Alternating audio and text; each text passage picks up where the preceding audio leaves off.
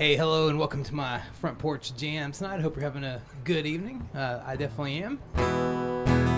Working on some new songs, of course, and always good time. So my mic is really loud. I don't know. Did I turn it up? I'm not sure. Let's see. Well, I'll set back from the mic a little bit. How's that sound? But anyways, hope you're having a good night. Got a busy day tomorrow. Had a nice relaxing day today, more or less, but tomorrow's certainly going to be a nice busy day, so I'm gearing up for that, playing some music while I'm at it. And I was working on this song, as you can see from the description, Steppin' Out by Joe Jackson, and it's somewhat challenging on guitar, but I was really, more than anything else, surprised that you could play it on guitar, because I never really thought of it as being something that could be arranged on guitar, but I found some stuff online that indicated that somebody had taken the time to do this, and so I thought, well, go ahead and give it a shot. I don't know probably can't sing this one, but I will attempt to sing it.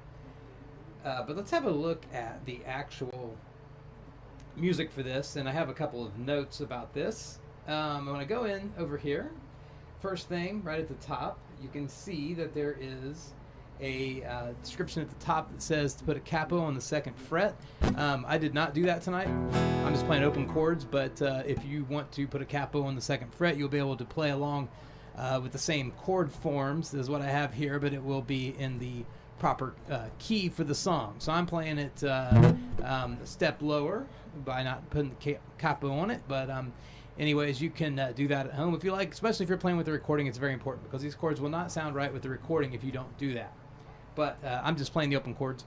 A couple other things. On the chord chart here, I went ahead and did I put gray surround around this little transition here.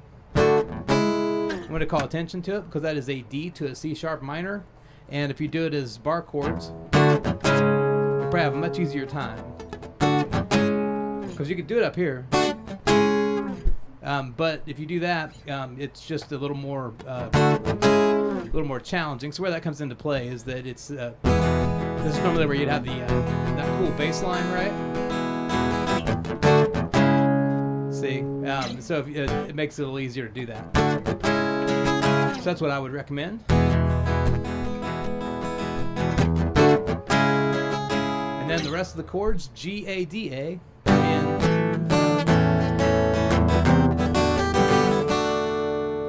so it's kind of fast changes, but I'll probably play a little slower than that. And then of course on some of the phrases on there, he sings that part, and some he does not. So the lyrics are written out accordingly on the parts where he does.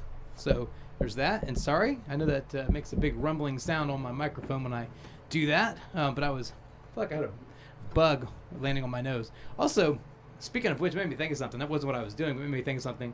If you wipe the bridge of your nose like this, it gets grease on your fingertips, makes it easier to play. Gross, yes, but something my guitar teacher taught me, and it does work. So, okay, so if I go back over here, and oh, you know what? I just realized something very bad. I did not have the chords up on the screen, so my apologies for that. How about we try one more time? Sorry about that. Back to my notes I was saying a minute ago, since I blew that up completely. From the top, there's where the note is that there is the capo on the second fret, and this is the part that is the D to C sharp minor that I was talking about on that transition on the. So, my bad. I guess I should have shared that screen, but that's what I was sharing. The link to this PDF is in the description, so you can call that up if you want to play along at home, or if you want to play along at home later, it is down there. You can print that off.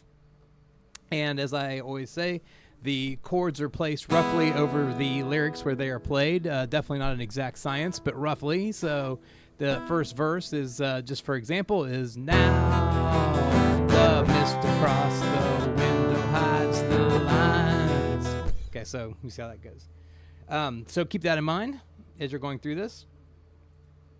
And there we go. My bad for not sharing that. But anyways, it's all down there. And all my notes, just the same, are all all still relevant, even though I wasn't showing the proper document. Also, a quick note about chord chalk. I'm going to check here and see if I have that called up properly, because I probably don't. But let me go ahead and switch that over.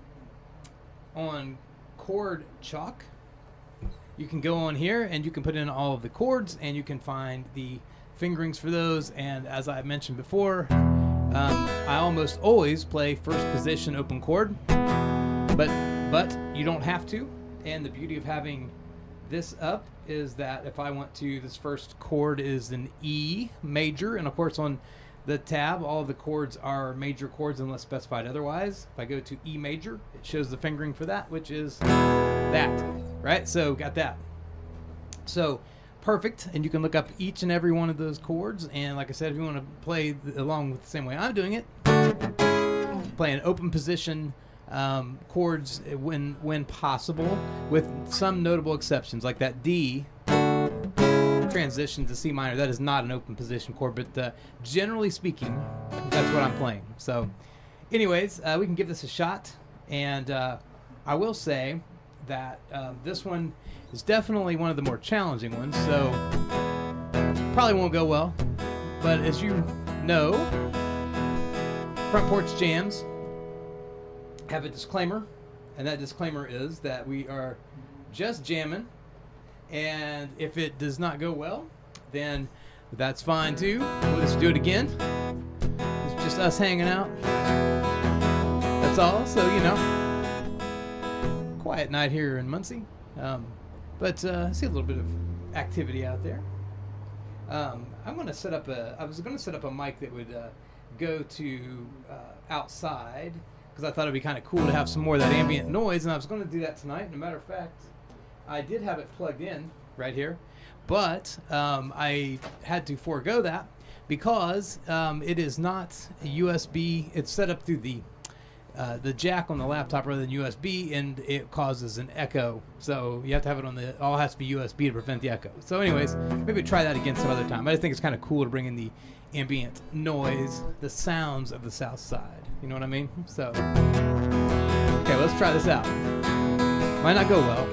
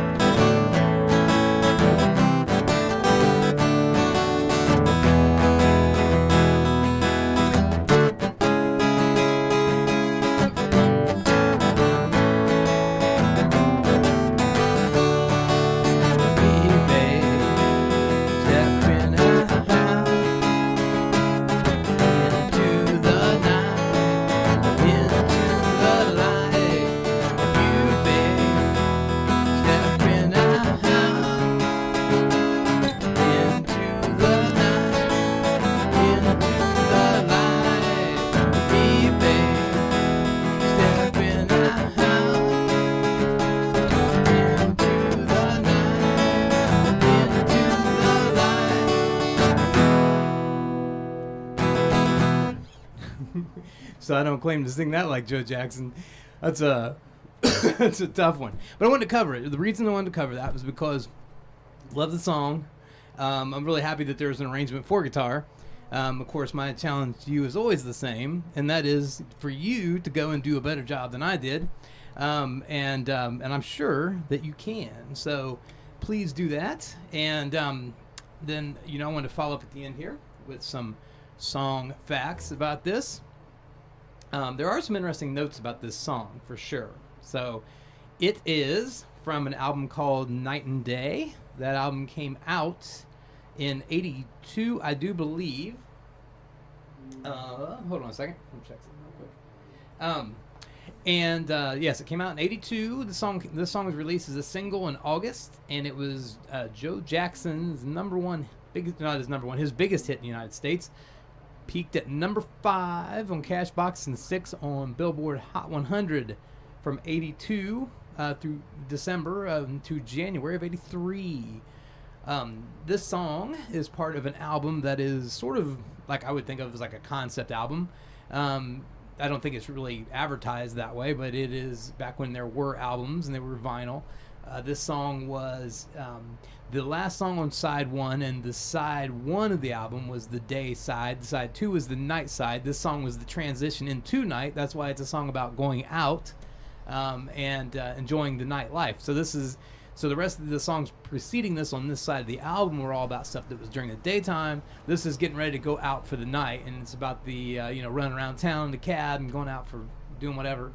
So that was cool. Has an iconic video. That video was filmed in one day, which is also kind of cool. It was, but interestingly enough, that Joe Jackson's not a big fan of videos. He said it was turning music into a circus, and that MTV at the time was very much a part of that. So he said that people who are seriously interested in making music as an in and of itself are going to split and forge a different path.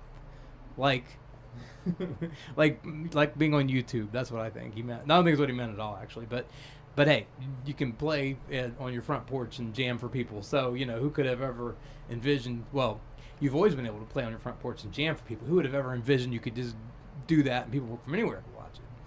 So, a few more items here. The term was coined in New York City in the 1930s, and another interesting thing to note is that this song was Grammy nominated, but it was beat out by Rosanna by Toto. So how's that for some luck? Great as this song is, that would be nominated at the same time, the same year as Rosanna by Toto. So, come on. That kind of stinks. Joe Jackson, he's born in 54 in Burton-on-Trent, Staffordshire, UK. And started out playing the violin and then switched to piano. And started playing bars at the age of 16. And he won a scholarship via musical composition to London's Royal Academy of Music. So there you go. Interestingly enough, on a personal note, he has campaigned against smoking bans. So yes, you heard right. Not campaigned for smoking bans. He's campaigned against them. So he's very pro-smoking. So there you go. And he's actually very outspoken about this, and has even launched some campaigns and even composed some songs, if I'm not mistaken, making reference to this fact. So interesting. So the other thing is that on this song, on the studio recording that is the famous version that you would hear on the radio, he plays all instruments except for snare drum and cymbal hits. That is actually another musician who came in to add those to the mix to give it a little more genuine feel, but the rest of the instruments and the other parts of the drumming are all him. So very interesting, for sure. So, well, that's what I have for tonight, what I have to show you. I'm going to start working on some more songs for the near future. I'm not sure just what yet, but whatever strikes me, and maybe later this week. I don't know. What is this, Monday? Yeah, it's Monday. So, yeah, sometime during this week I'll get out here and do another one, maybe towards the end of the week. I got to choose something and work on it a bit and get it out here. But I was thinking more Billy Idol. I've got some other Billy Idol songs queued up, and the fun thing about those is you get to yell them. So whereas this song is much more low key. So, anyways, I appreciate you joining me for this, and do yourself a favor, go check out the original version of this song, because it's way better than what I was playing. And if you are a guitar player and a singer, or an aspiring guitar player and singer, then you can follow along with what I did, and you can do it better, and you can sing it better and play it better. But this will give you a good starting point, and all the chords are all laid out for you. So good luck to you, and I will talk to you later. Bye-bye.